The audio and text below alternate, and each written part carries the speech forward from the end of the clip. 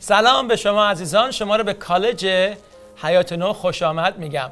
ما این کالج رو برای شما آماده کردیم و مهیا کردیم که در ایمانتون رشد بکنید و نه فقط رشد بکنید بلکه خادمین خداوند بشید، مجهز برای خدمت، مجهز برای تعلیم و تربیت دیگه ایمانداران، مخصوصا نو ایمانان و خادمین دیگه‌ای که در زندگی شما از آن هستن. امروز میخوایم یک کالج، یک کورس جدیدی رو در کالج برای شما فراهم کردیم و میخوایم برای شما ارائه بدیم. معلم ما امروز شبان SteveTrivnio هست. Steve, welcome to our college. Thank you, man. و میخوایم درباره صلیب صحبت کنیم و تئولوژی صلیب. The theology of the cross. این کلاس اول در سمستر اول تئولوژی صلیب هستش. So I just said to them that we're going to basically start this series in the Bible College. This is the first class in the first series of the theology of the cross. Excellent. It's in your hands. Well, thank you so much for having me and looking forward to this teaching. You know, the theology of the cross. I don't think that there is a more potent phrase in all of Christian theology and Christian doctrine.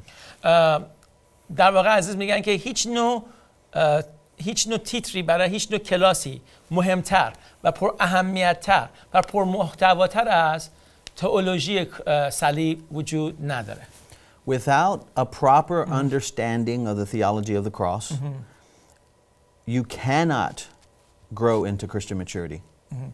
اگه ما نتونیم تئولوژی صلیب رو درست درک بکنیم، هیچ وقت نمیتونیم در زندگی مسیحیمون رشد درست بکنیم. So, an example to illustrate that is the Apostle Paul dealing with the Corinthian church. بهترین الگو و نمونهش پولس رسول هستش که با کلیسای کرنتیان صحبت میکنه. So the Corinthian church, we know it was a church that was in turmoil. کلیسای کرنتیان در مشکلات خودش بود. Everything from, you know, sexual immorality, you know, to just scandalous things that were happening with, you know, the man who was sleeping with his own mother-in-law, stepmother. کلیسای قرنتیان در مشکلات روحانی و گناهانی بودش که درش خودش غرق شده بود. مشکلات پرستش کردن بعضی از بت‌ها بود، مشکلات زنا در کلیسا بود و غیره. So the church not only was, you know, these type of sins happening within the church, but the fact that they seemed to be okay with these sins and they were coexisting with it. فقط مشکل نبودش که این گناهان در کلیسا بود. مشکل اساسی این بودش که کلیسا به نظر میرسید که داشت با این گناهان زندگی میکرد و اینها رو در واقع پذیرفته بود. So what that speaks to is the idea that they had an elementary understanding of the gospel. یه درک ابتدایی و سطحی از انجیل داشتن یا کتاب مقدس. But they still needed to assimilate the truths of the gospel to the point where it transformed them. ولی میبایست یک درک عمیق‌تری رو از کلام به دست می‌آوردن که اون درک اونها رو چیکار می‌کرد؟ تبدیل می‌کرد.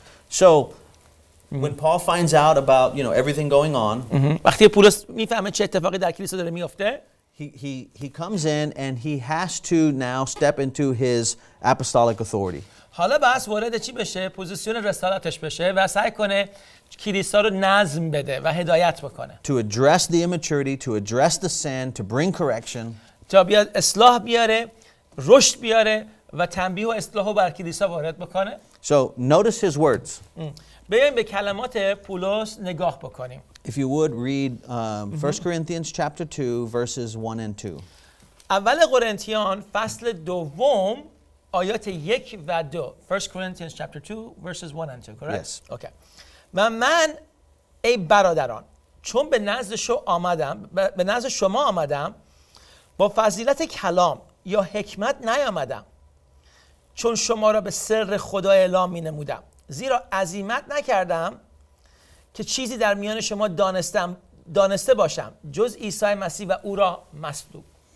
So here he clearly communicates to the Corinthian church that he was going to come in and have laser-like focus on one subject and one subject alone.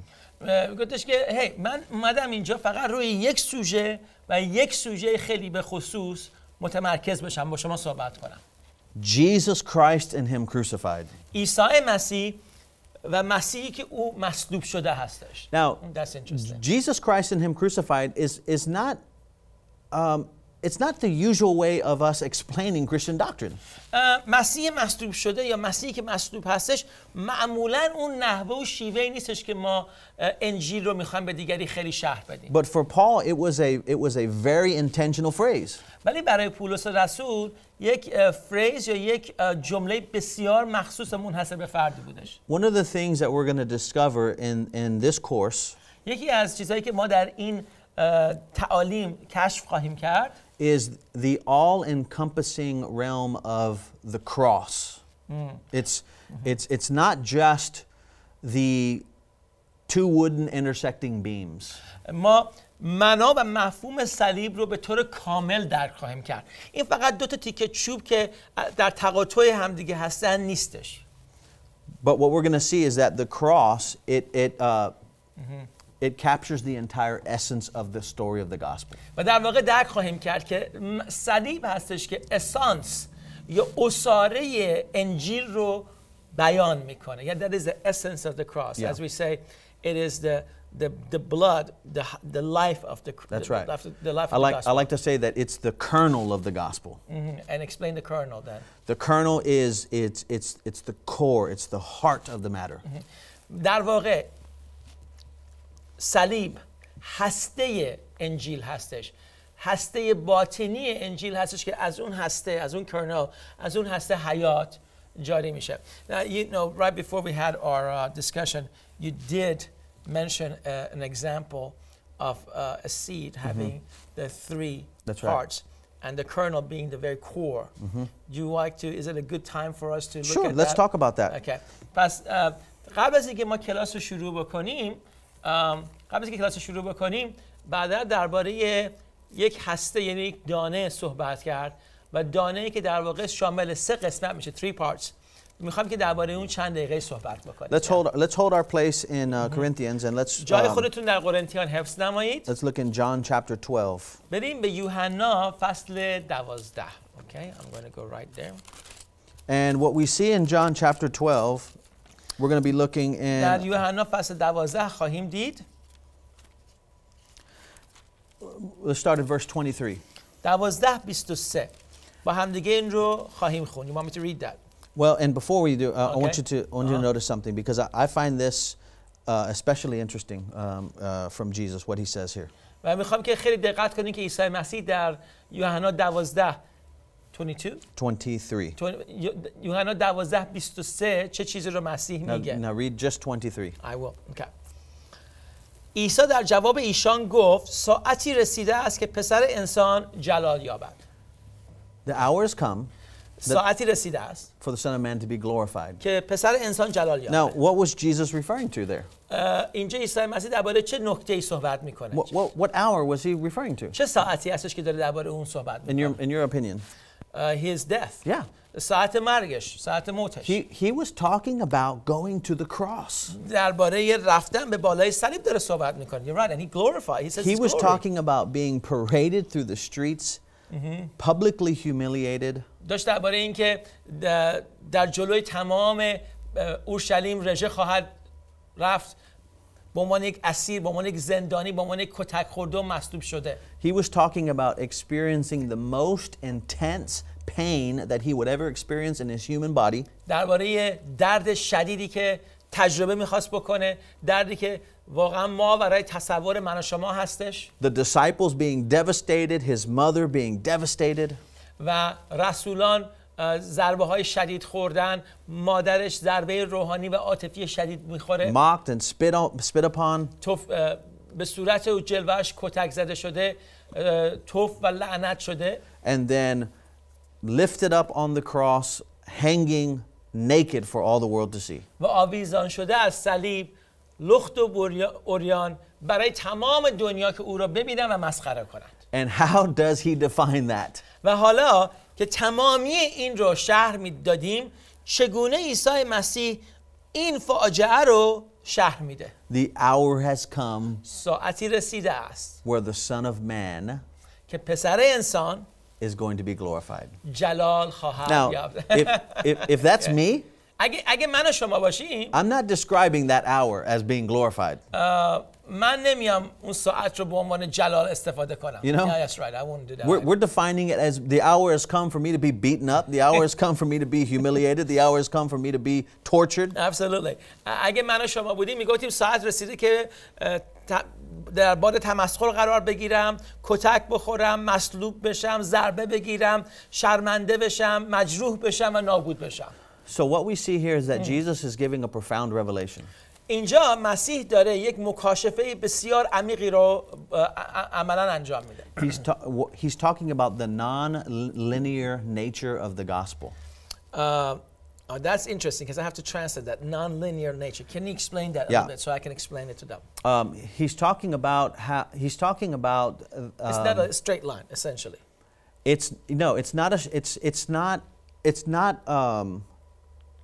It's not chronological in the way that we interpret chronology. Yeah. Let me explain that. Yeah. در واقع اینجا عیسی مسیح داره یه چیزی رو مکاشفه میکنه که خیلی عمیقه، که انجیل یا درک خود خدا از کلام یا درک ما از کلام نباید مثل یه خط مستقیم باشه که هر اتفاقی به پشت اتفاق دیگه میاد، یعنی یکی بعد از دیگری، بلکه کل اتفاقات انجیل یا کل درک انجیل مثل خط مستقیم نیست، بلکه اتفاقاتی هست که در دائم در آن واحد داره انجام میشه. It's like explaining that it's not a linear understanding or chronological understanding, but that things happen simultaneously at different phases, all happening together. Yeah. Okay, so expand it more. So he goes in here now. He says, "The hour has come for the Son of Man to be glorified." پس آیه 23 میگه که ساعت رسیده است که پسر انسان جلال یابد. Then in verse 24, read verse 24. Now notice, now he gives an example of this within nature. و بعد مثال این رو در طبیعت میزنه در آیه 24. میگه آمین آمین به شما میگویم اگر دانه گندم که در زمین میافتد نمیرد تنها ماند، لکن اگر بمیرد ثمر بسیار آورد. So let me give you a working definition of the gospel. پس بذارید یک مثال عملی از انجیل برای شما بزنیم. The gospel is the death, burial, and resurrection of Jesus and our participation in that. انجیل موت،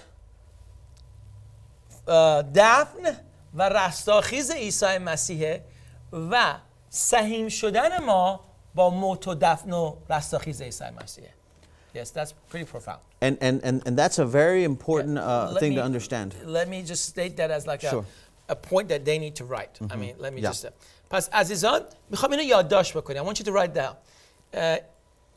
انجیل موت، دفن و رستاخیز عیسی مسیح و سهیم شدن ما با موت و دفن و رستاخیز عیسی مسیح هستش. Okay, that's right. So this was like we'll call it like a principle. Yes, like absolutely. Yeah. So it is our participation in it. Yeah. Most Christians, they have an understanding of the gospel as the death, burial, and resurrection of Jesus. بیشتر مسیحا انجیل رو چیکار میکنن؟ از این دید نگاه میکنن که در واقع انجیل درباره موت و دفن و رستاخیز عیسی مسیح فقط هستش. And that is absolutely a very important aspect of the gospel. خیلی مهمه. بله 100% درک درسته این مهمه.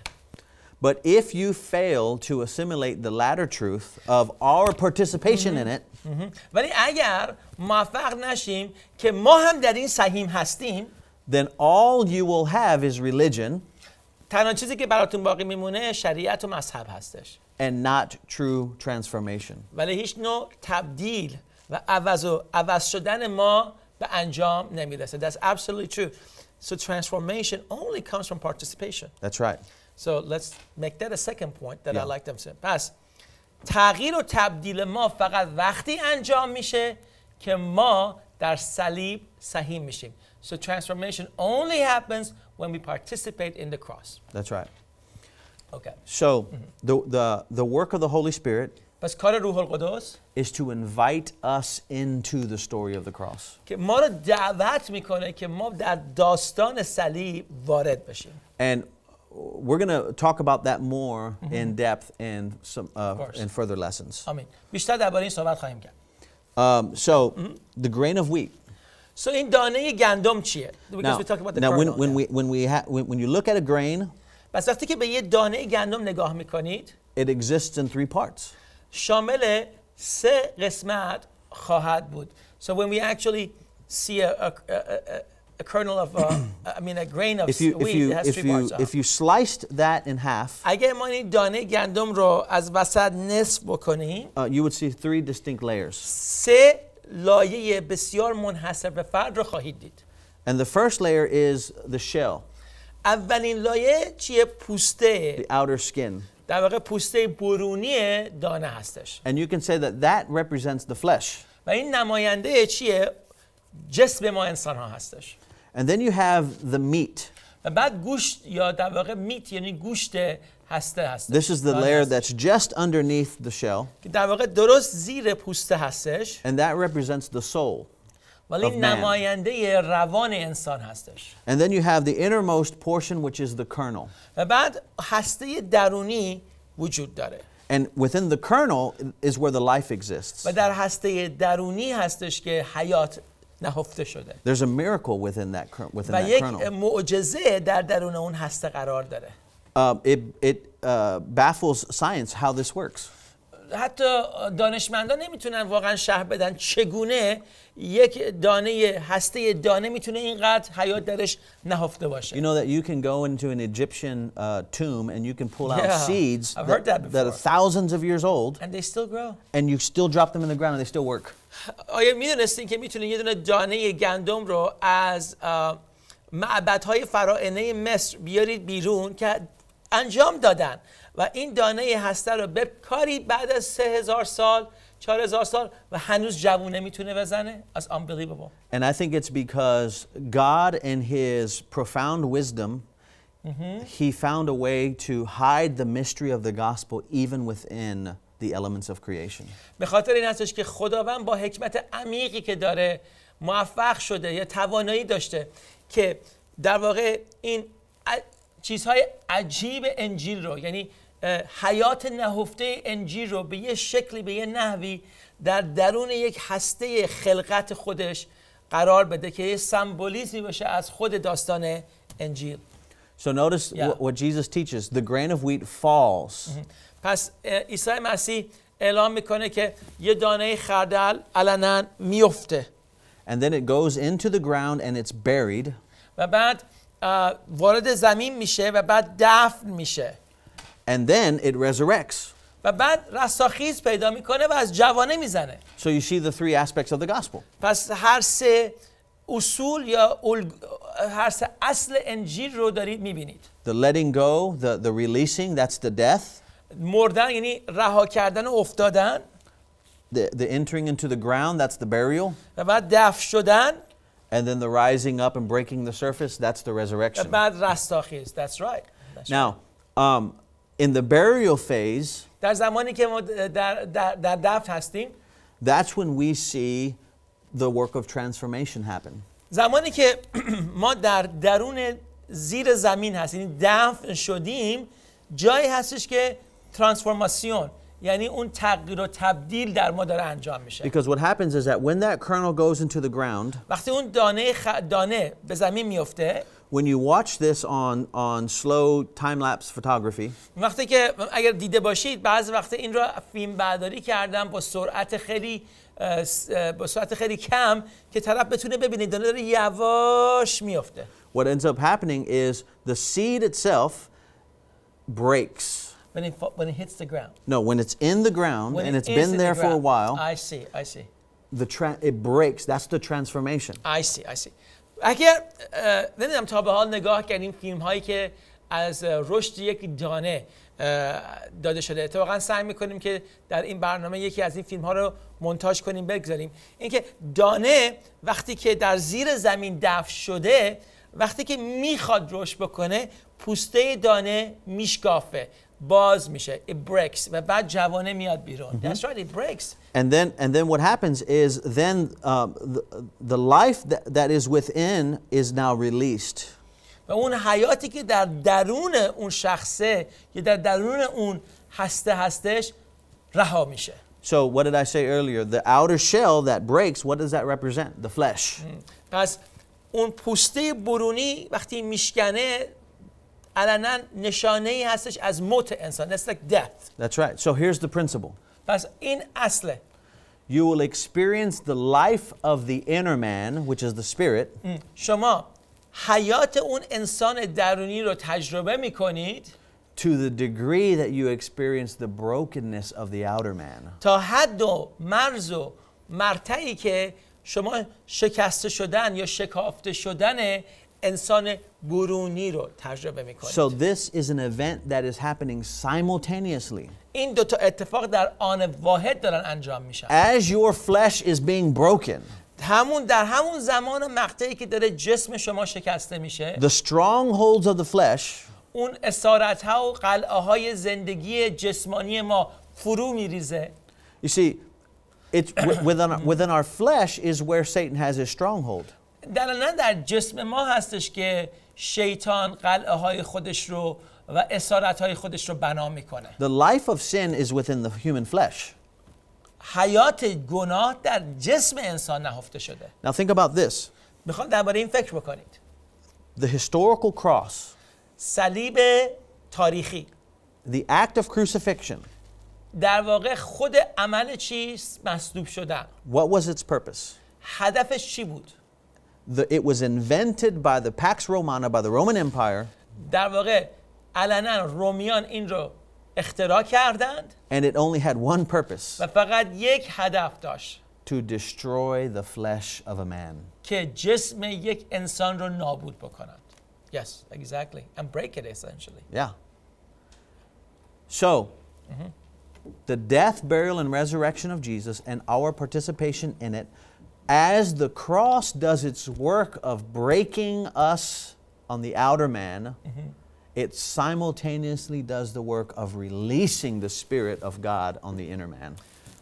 پس زمانی که صلیب خداوند ما عیسی مسیح داره کار خودش رو در شکافتن جسم برونی ما انجام میده، در آن واحد حیات درونی ما که در روح خدا در واقع به ما داده شده بهش آزادی داده میشه که در ما خودش رو نمایان بکنه و در ما رشد بکنه. پس رستاخیز و موت هر دو در آن واحد انجام میشن. And essentially what you're saying, if I understand this, is that the act of death or brokenness or breaking and the resurrection are happening simultaneously. That's it. Okay, that's a principle. Yeah. Okay, I want to make sure that Non-linear. Not linear. Hallelujah.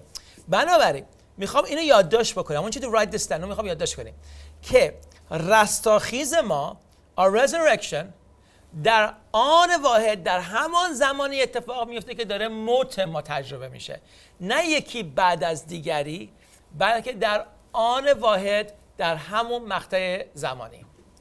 Yeah, that's amazing.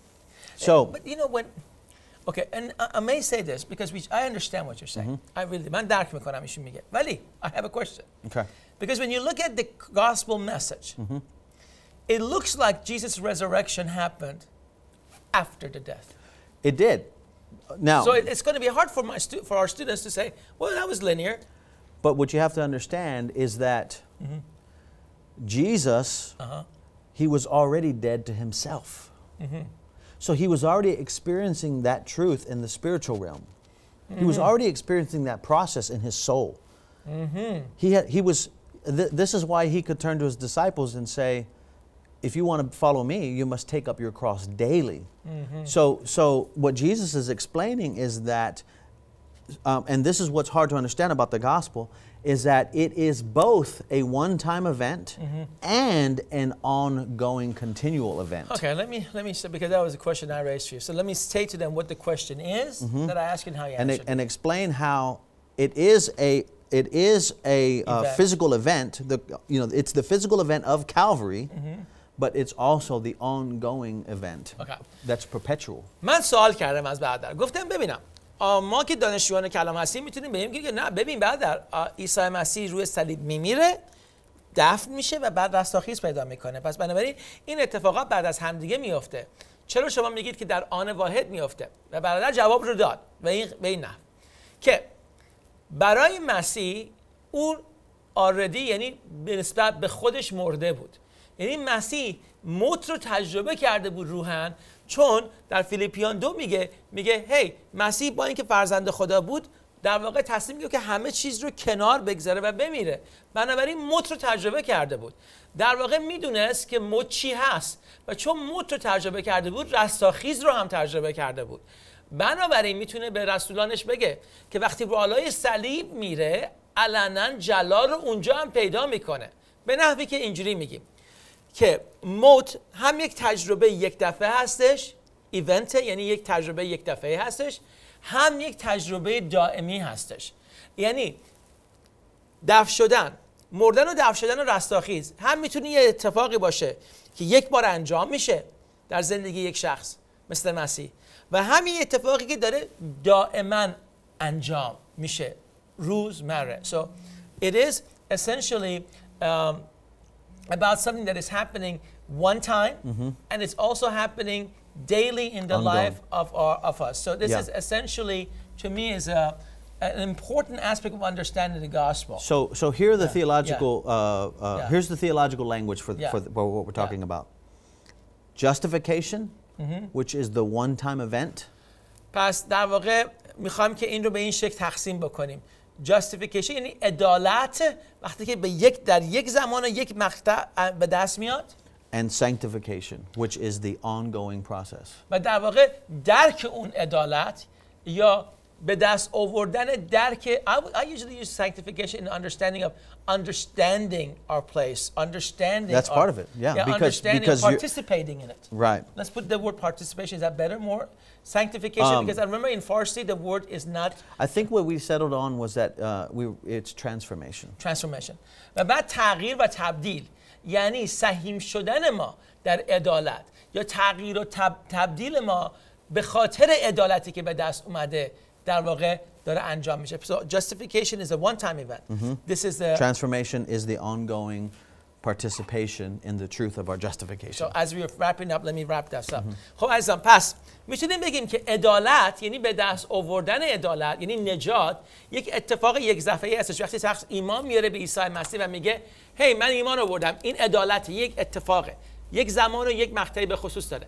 ولی تغییر و تبدیل ما، یعنی ترانسفورماسیون ما، تغییر و تبدیل ما یک اتفاق روزمره هستش که در واقع موت و دفن و رستاخیز روزمره ما هستش که ما در صلیب با مسیح در اون سهیم میشیم. خب تا هفته آینده کلاس دوم میخوام نوتاتون رو نگاه بکنید و درباره چیزهایی که امروز آموختید خوب فکر بکنید. مرسی.